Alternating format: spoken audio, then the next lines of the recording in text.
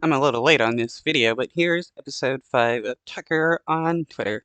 It's all about Hunter Biden, and it's hilarious. Hey, it's Tucker Carlson. This spring, word began to circulate in Washington that the House Oversight Committee, under its new chairman, Congressman Jamie Comer, had discovered criminal behavior after reviewing thousands of pages of the Biden family's bank records.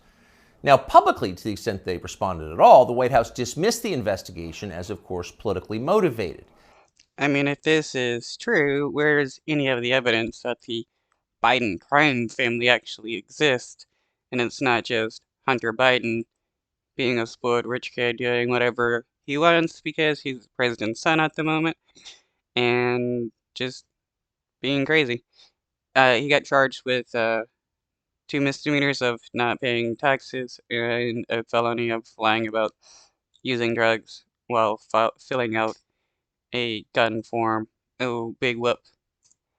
In any case, irrelevant. Hunter Biden was an adult, so his business dealings had nothing at all to do with his father, in this case, the President of the United States. But in private, everybody understood it wasn't quite that simple. There has long been overwhelming evidence that Joe and Hunter Biden's financial lives are not separate at all, but deeply intertwined.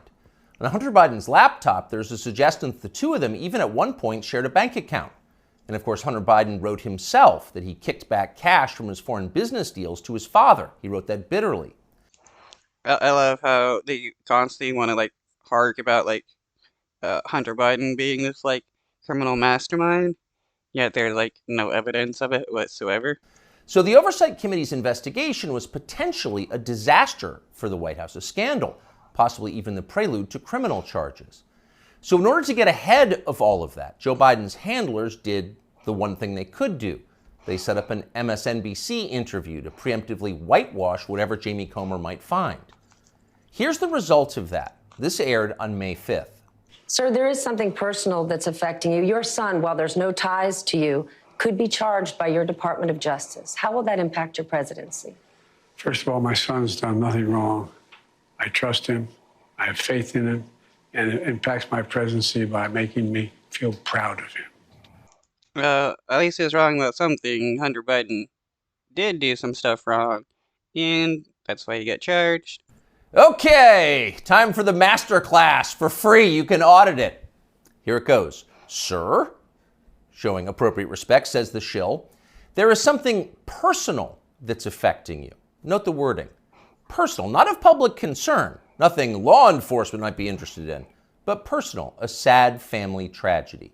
That's the framing. And then this, a sentence choreographed to the letter.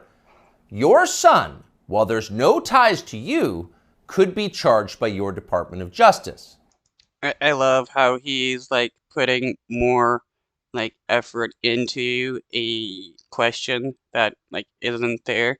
This is how he creates his conspiracies. He hears a few words and then makes up some BS about it in order to emotionally charge his audience.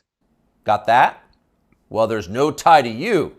So the answer is, in fact, in the question. Whatever Hunter Biden goes down for, and we know he is going to be charged because MSNBC said so. But I love how he's acting like Hunter Biden is going to be charged with some kind of big crime like conspiracy to take over the government or something else, and it's basically nothing charges. He's not even going to get jail time over it. But when that happens, that's Hunter's problem. It's got nothing to do with Joe Biden. Rest easy, America. And he acts like the crimes that Hunter Biden is charged with is going to bring down the Biden administration. No, that's not how it works. 5 days later, the Oversight Committee released its findings, and they were in fact devastating. Quote, bank records show the Biden family, their business associates, and their companies, their many companies, received over $10 million from foreign nationals and their related companies, the committee wrote. Investigators had, quote, what committee, though? What actual committee in the government is doing this investigation? Identified payments to Biden family members from foreign companies while Joe Biden served as vice president and after he left public office.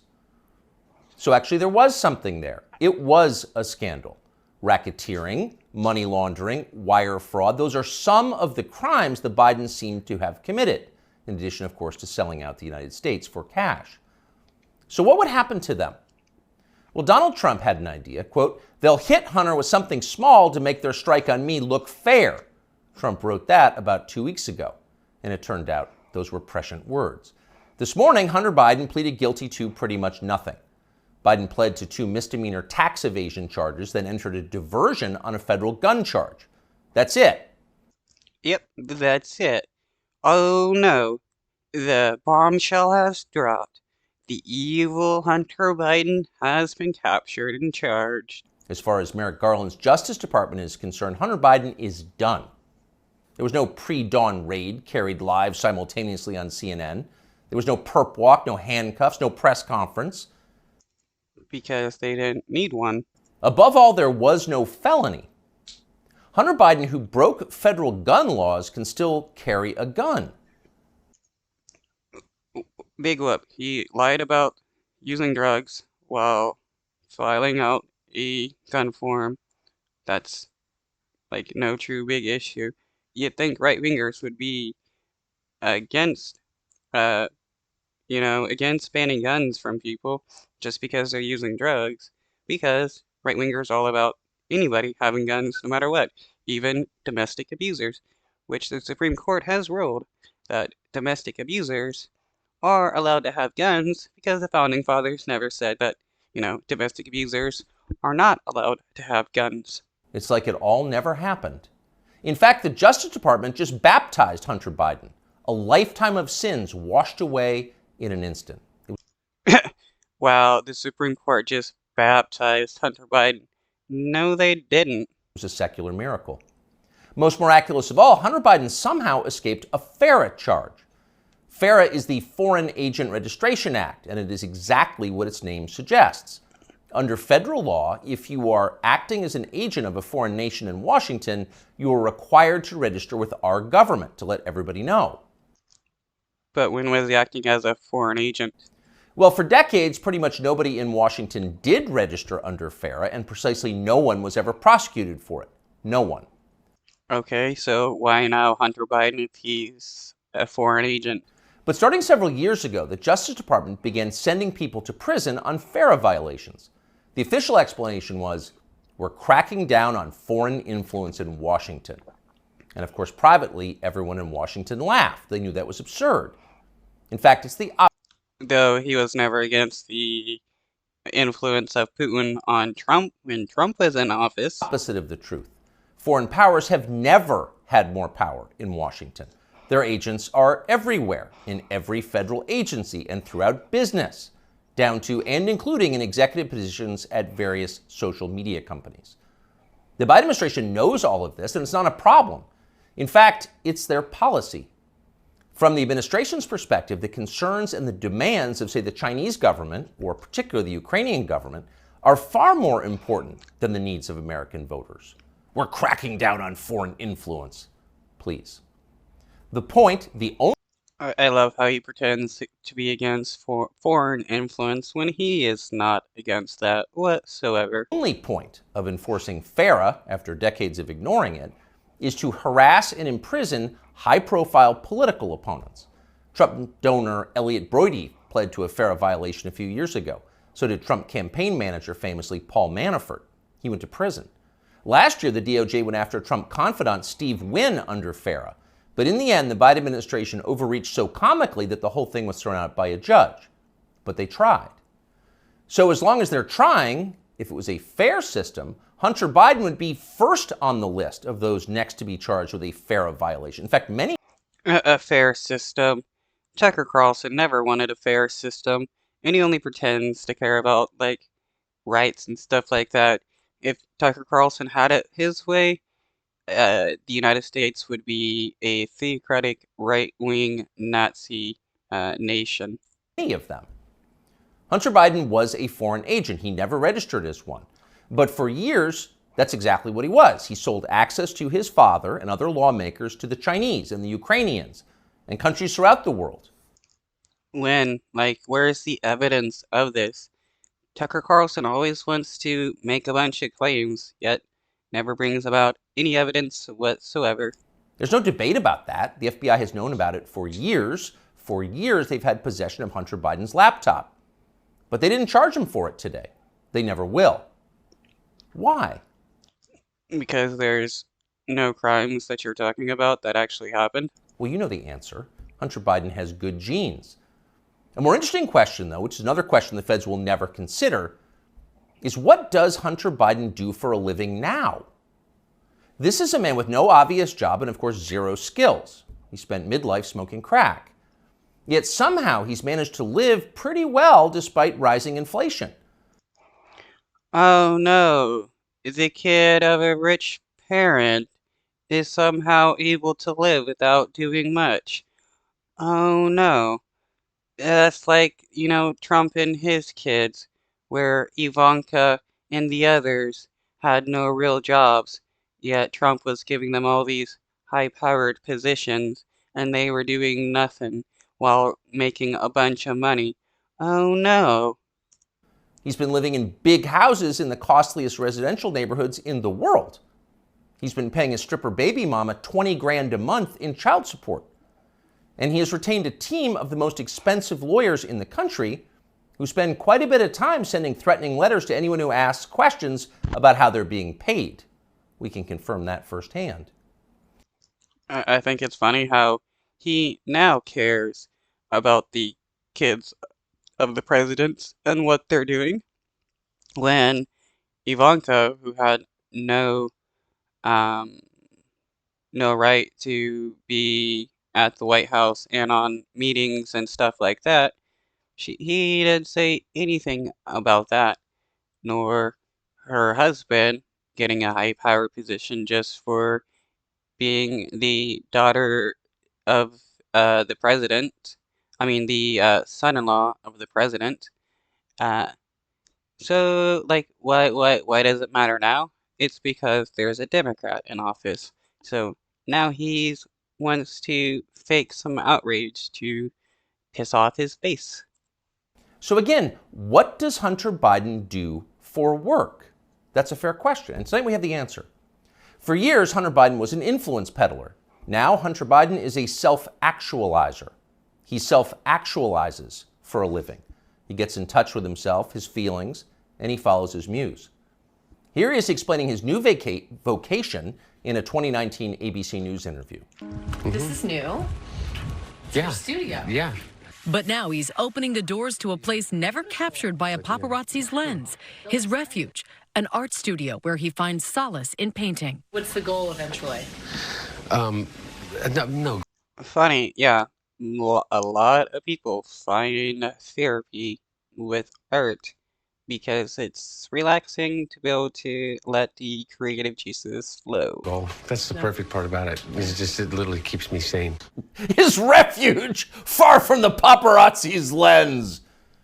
In other words, we're not the paparazzi, we're ABC News. What's the goal of this? Your refuge. There's no goal, he says, grinning with those fake teeth. It just keeps me sane. But actually, there was a goal. And if you didn't know what a virtuous person Hunter Biden was, you might think it looked a lot like money laundering. I mean, I don't think everybody probably doesn't think he's like a virtuous person. I mean, knowing that, all he does is smoke crack and like do nothing. He's just a person. He's a son of a rich kid, so like this kind of behavior is truly not unexpected, because this is how a lot of rich kids turn out, to go buck wild.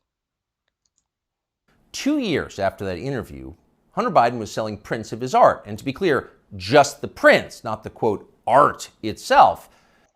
Yeah, there's actually a lot of people who sell their prints because it's easier to make one painting and then duplicate that and sell that to multiple people, because multiple people are going to like the same thing, and it's easier than trying to repaint the same painting that you made. But effectively photocopies of it for $75,000 a pop. Apparently, Hunter Biden moved 5 of these repros in just days. That's $375,000 in less than a week. Okay, so then technically he does have a job, and that would be artist.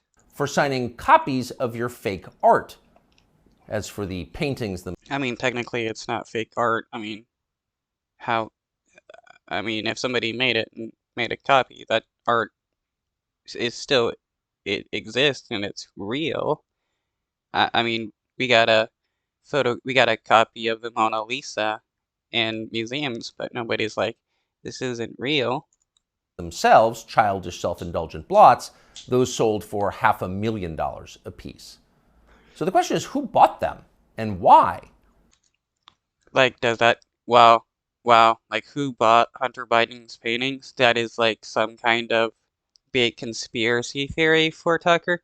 That is hilarious. Who cares? It'd be interesting to know. There's a story there for sure, but of course we have no right No, there is no story whatsoever. to know.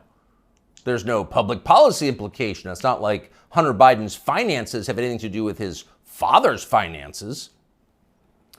Meanwhile, It's funny how he's trying to make like some kind of crime out of Hunter Biden making art and selling it.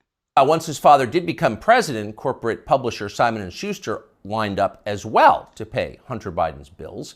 According to news reports, Simon & Schuster gave Hunter Biden millions of dollars for his highly selective account of his wholly unaccomplished life. Okay, what news reports though? And then the publisher lined up brainless celebrity endorsers like Dave Eggers and Stephen King to promote it. King, who apparently will say anything if it helps the party, called Hunter Biden's silly manuscript a, quote, harrowing and compulsively readable memoir.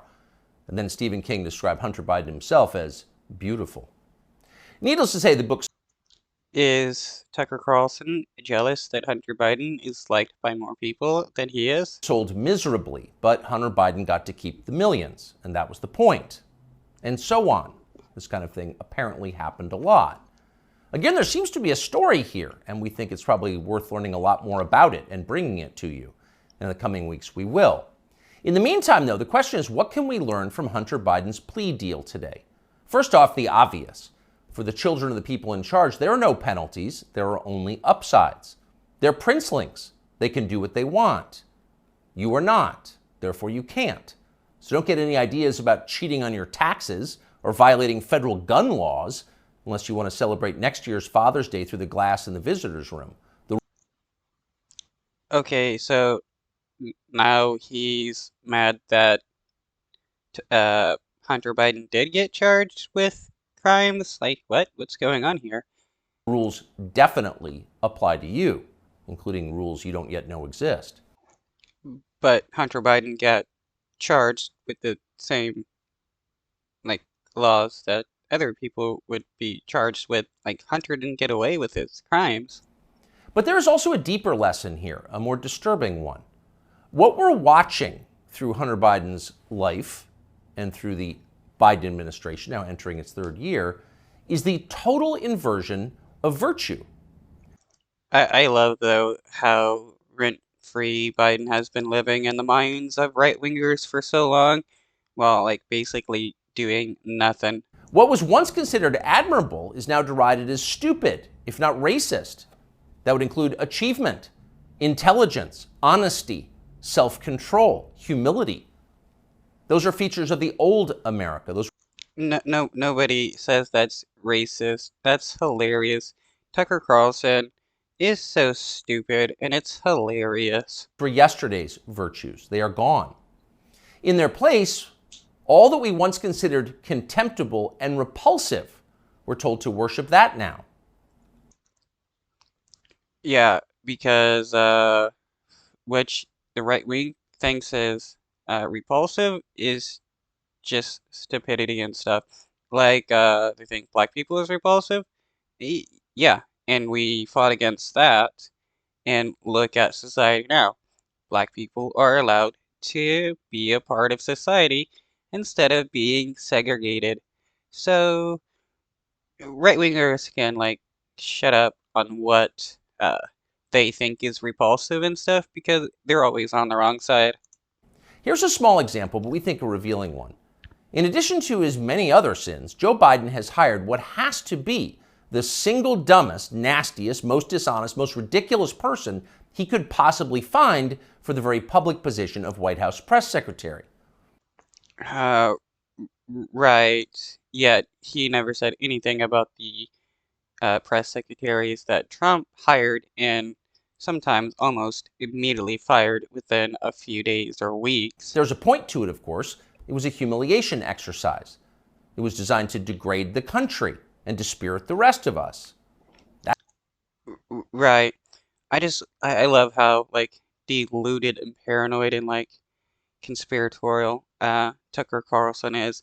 It's nothing but like paranoia, and he gets to like spew this everywhere, and all the other paranoid nuts on the right wing gets hears it and believes it because they're stupid as well. That's the White House press secretary? Shut up! But here's the thing. The White House press secretary herself has no idea why she's in the job. She thinks she's amazing. Here she is in a clip we just saw. A year in this role, there's been a couple of things It's funny how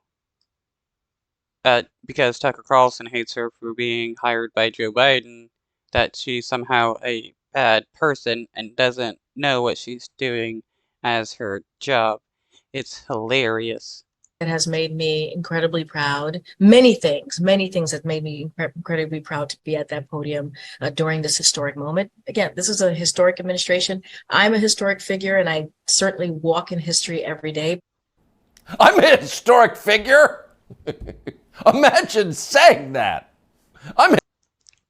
Yeah, because the Biden administration will be talked about in U.S. history, so she will be talked about, just like in the history books. Trump will be talked about as part of U.S. history and his administration as well, and the people a part of his administration.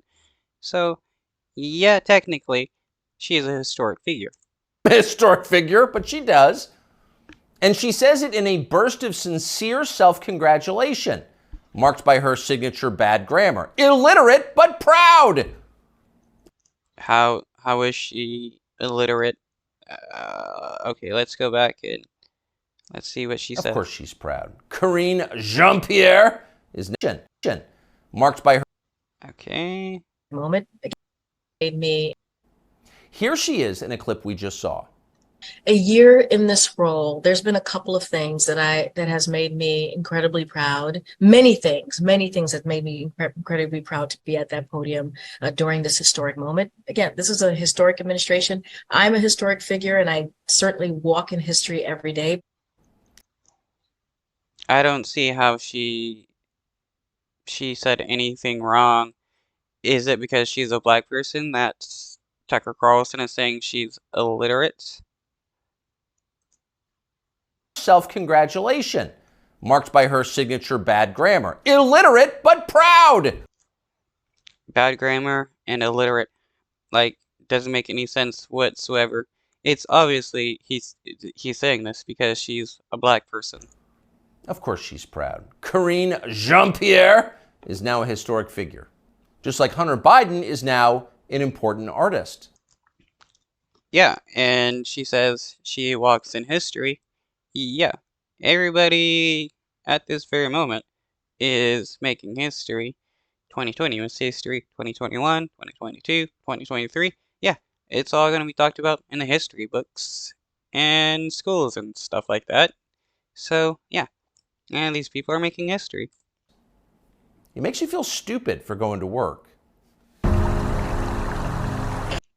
I just love watching Tucker Carlson be crazy. It's hilarious. He's so stupid.